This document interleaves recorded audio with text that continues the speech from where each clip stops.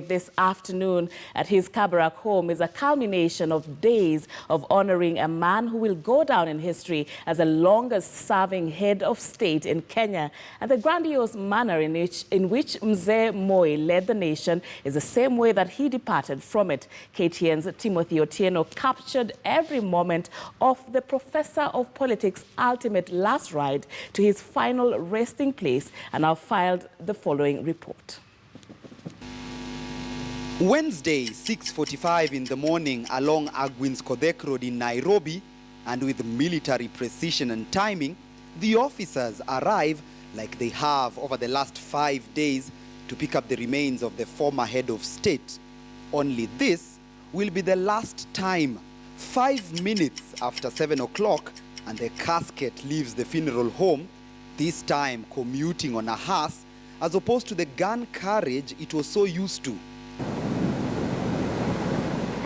The destination is the Wilson Airport, and the route is Mbagathi Way, where the procession snakes its way through the 4.7 kilometers of road in the early morning traffic and does so for the next 8 minutes.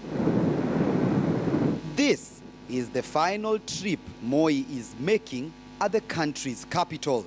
13 minutes past the hour and Moi's body arrives at the Wilson Airport.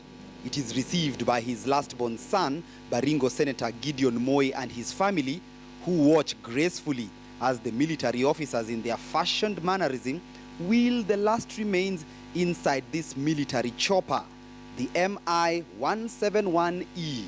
Once the casket was loaded onto the chopper, it would take another 35 minutes before the pilot would fire up the engine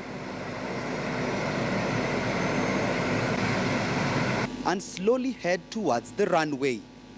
At 7:48 a.m., the former head of state's last flight would commence.